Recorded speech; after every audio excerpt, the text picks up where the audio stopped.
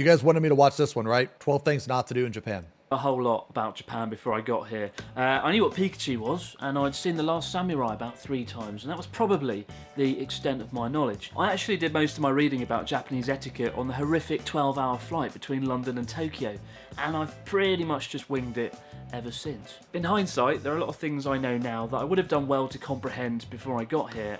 So today, I've taken 5 years of experience in the field and compiled it into this list of 12 things not to do in Japan. Okay. So when you're on your flight here, you needn't worry about reading about cultural etiquette. You can sit back, relax, and enjoy the in-flight entertainment with incredible titles to choose from, such as The Emoji Movie. Oh my god, not an ad, Valerian, bro! the city of walking down the street whilst eating. Mission Impossible.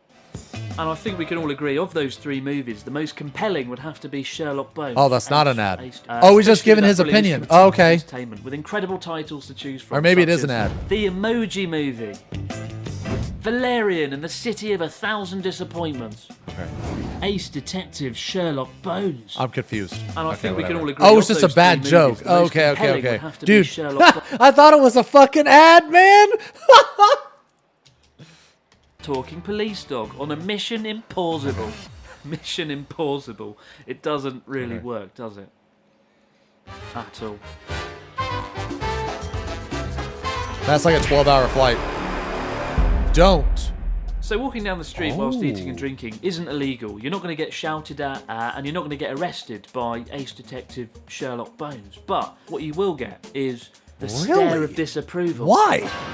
A lot of people don't know this one until you get here and never see anyone doing it. What you'll find is if someone wants to eat or drink something quickly outside, they'll buy it at the convenience store and then eat it or drink it out the front. Same with vending machines. If they buy something from the vending machine, they'll drink it there and then next to the vending machine. The main reason is people are very conscious about keeping the streets clean here, and you don't want to ruin someone else's day by having them walk through your spilt coffee. That said, all you need to do to avoid the stare of disapproval is just stop and eat and drink whatever it is there and then. Maybe it's on a bench, maybe you're just standing at the side of the road, whatever. Just don't walk whilst eating and drinking.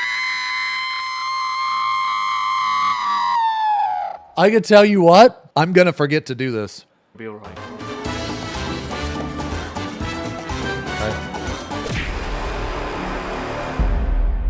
3 things to point out here. Number 1, never put your chopsticks upright into the rice, as this is part of a ritual conducted at funerals when offering rice to the spirits of the deceased. Similarly, number 2, never pass things from chopstick to chopstick, because again, this is done during funerals to pass the bones of cremated relatives. So, holy shit. They'll arrest you since you have tattoos. Man, shut the...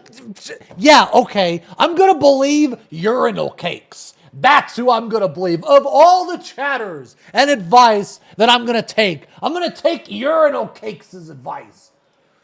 that kind of imagery doesn't go down well over dinner, as you'd expect. Probably best not to conjure up imagery surrounding death before you've even had your lunch. Oh, and thirdly, don't do the rubbing of the chopsticks. You know when you open wooden chopsticks, you like to do that to get rid of the splinters, and just because it's fun. Everyone loves doing that. Right? But don't do it in Japan because it's seen as rude to the owner, because you're basically saying, oh, your chopsticks are probably cheap, which, let's face it, they probably are.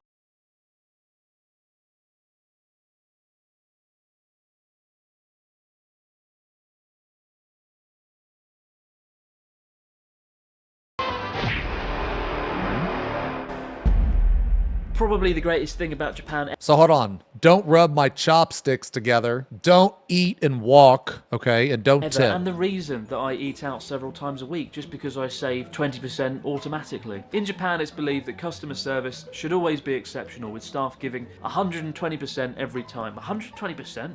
110%? 120% would be ridiculous. But it's not necessarily rude to tip someone. It just creates this awkward situation where the worker, the staff, would feel like you're assessing their performance and they could potentially lose face. So you might think you're being nice by giving someone a tip, but you're not. You're just creating an uncomfortable situation for the worker, and they'll probably just reject your tip outright. So don't be tempted to do it. Okay, don't tip.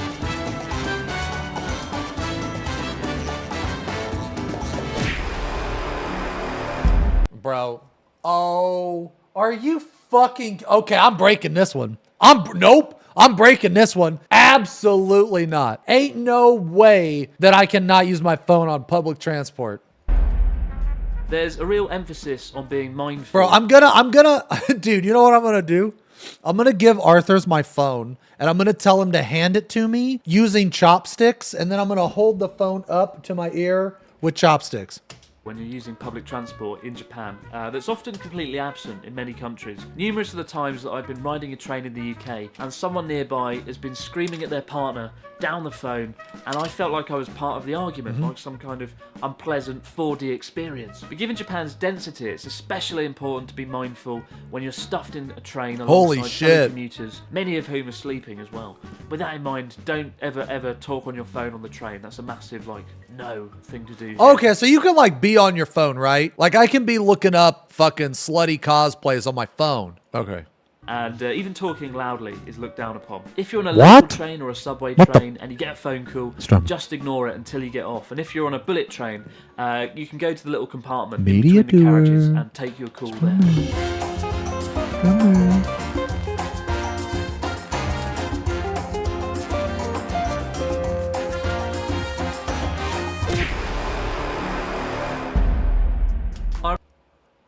Oh, underestimate the importance of business cards. Oh shit, I got some business cards. Yo, should I take my business cards? Yo, look at this, dude. Look at this, man. This is sick, dude. This is sick. It's got all my fucking info on it, dude. Hell yeah. Your business card should have FP Pong on it.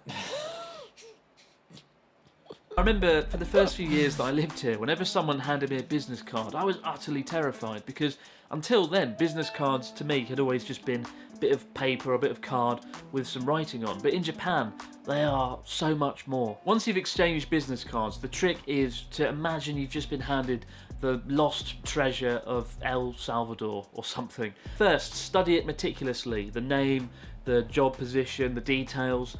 And then either put it in your business card holder or just put it on the desk if you're at a business meeting. Just put it on the table. Never play around with business cards or put them in your back pocket because they're seen as a physical extension of the person themselves. You don't want to stuff somebody's physical extension down your back pocket. If you're doing business in Japan, always... I mean, you know what? Never mind. Carry business cards. You don't want to be that awkward foreigner who stood there writing out their name and number 50 times in 1 hour on the back of a tissue. And for the record, I am usually that awkward foreigner scribbling down my details because I do forget to bring them, and subsequently I hate myself when it happens. Oh, you guys can't. Oh shit, chat's not on. This whole time chat hasn't been on screen. Why didn't you guys? Oh wait, no, it is. It's up top. Fuck. Never mind.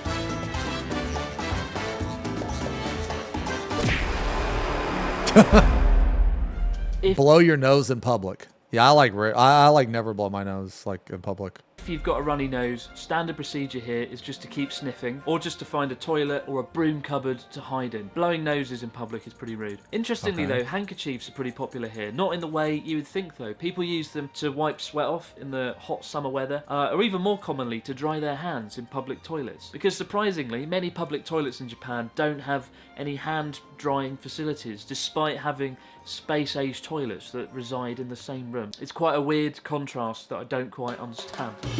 Really? People use their own handkerchiefs. Do not piss in the sink. Why would you type what? What the get the I don't piss in sinks over here.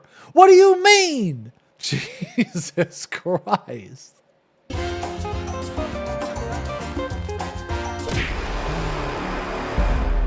Oh, don't get physical. Okay. Isn't really a thing. You'll bow a lot, you'll nod enthusiastically daily, but occasionally you might shake hands with someone if they're a good friend or a business client that you get on well with. But generally, I avoid it unless someone makes the first move. And hugging in particular doesn't go down well. It's just met with expressions of awkwardness and despair. And also, amongst couples, public displays of affection are phenomenally rare here. So don't be surprised if you get the stare of disapproval if you're kissing your partner frantically in the street.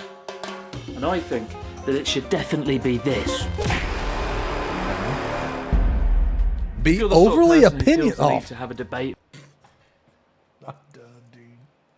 I might as well not even go, bro.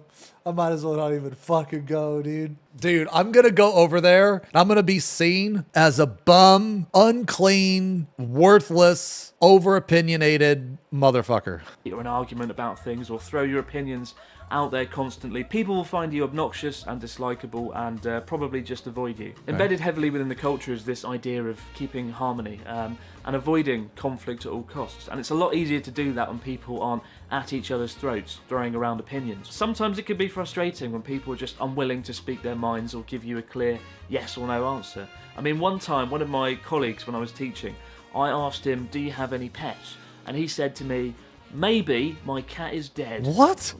Maybe your cat is dead. What does that mean? Is it dead or is it not dead? It's not Schrodinger's cat, is it? It turned out the cat was definitely dead. What he the was just fuck? the sort of person that always liked to use the word maybe and just not express certainty. But if there's one reason I've never seen a fight anywhere in Japan in the last 5 years, it's probably this reason. That people are a lot more careful about expressing their opinions and holding back what they really think. Okay.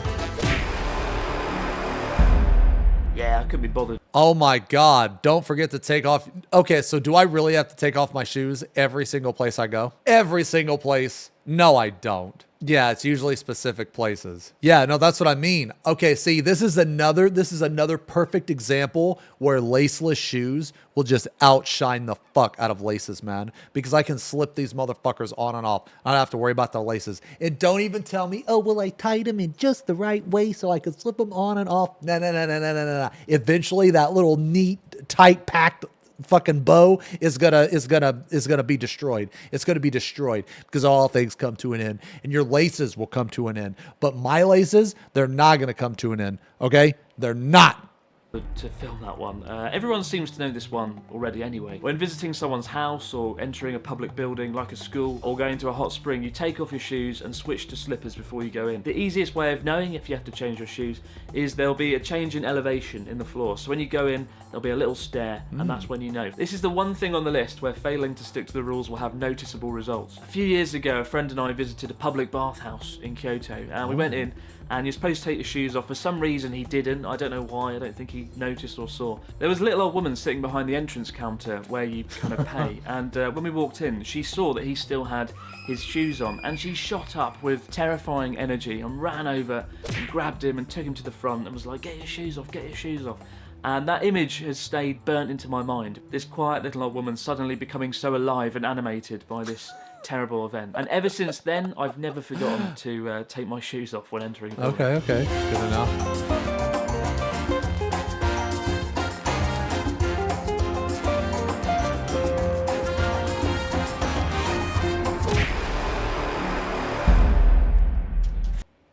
Okay, don't For litter. whatever reason, rubbish bins and trash cans are disturbingly rare in Japan. Outside of convenience stores, it can be a nightmare to find one. And the reason I put this on the list is because so many people, so many of you guys message me on Twitter saying, I'm in Tokyo and I can't find a bin, what should I do? I've wandered through Tokyo for up to 20 minutes sometimes, just in search Why are they rare? No, I don't litter, man. of a bin and can't find one. The streets though, despite that, are shockingly clean here because people, if they can't find a bin, they just take the rubbish home with them. It can feel like some kind of mini game sometimes, going in search for a bin, because when you do find a bin, you feel a real sense of achievement. But despite that, don't be tempted to litter. Just keep trying and you'll find a bin one day.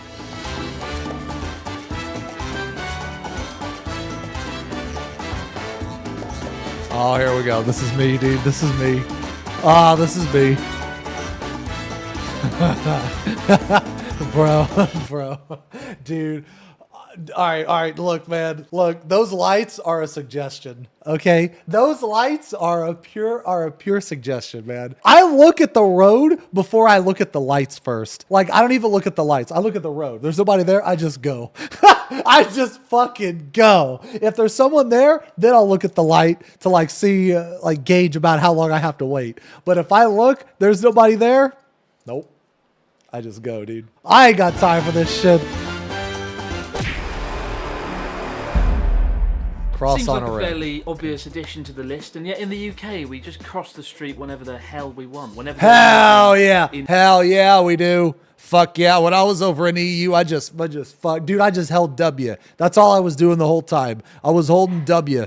traffic as opposed to waiting for the green light, same as many countries. In Japan, however, people do not cross the road on a red light. It's incredibly rare, and it's one of the greatest ways of seeing this sense of order and obedience to the law that exists in Japan. If you stand at a roadside in Japan and there's no cars coming, you can't see any cars whatsoever, people still will not cross the road until it goes green. That's insane. Over the to years me. of the many friends I've had come to visit me here, this is the thing that shocks them the most. The idea of not crossing the street when there's no visible cars there. The idea of abiding by a rule that doesn't seem necessary. And yet for me personally, the main reason I abide by it is after a few years of being here, you don't want to stand out. You don't want to be this stereotypical rule-breaking foreigner. And as well as that, you don't want to run the risk of getting caught out by the police. So those are two things worth taking into consideration before you dash across the seemingly empty road. And the last one, don't worry about not knowing anything about Japanese etiquette when you come to Japan.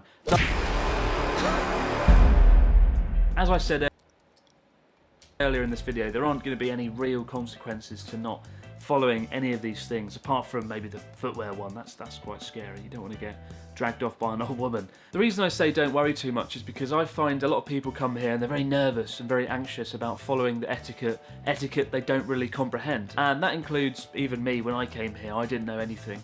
And I was constantly anxious and nervous that I was making mistakes. But really, as a foreigner in Japan, you get kind of a free pass. Oh, to make mistakes. okay. People are understanding and they're kind and they will let you off. So don't become...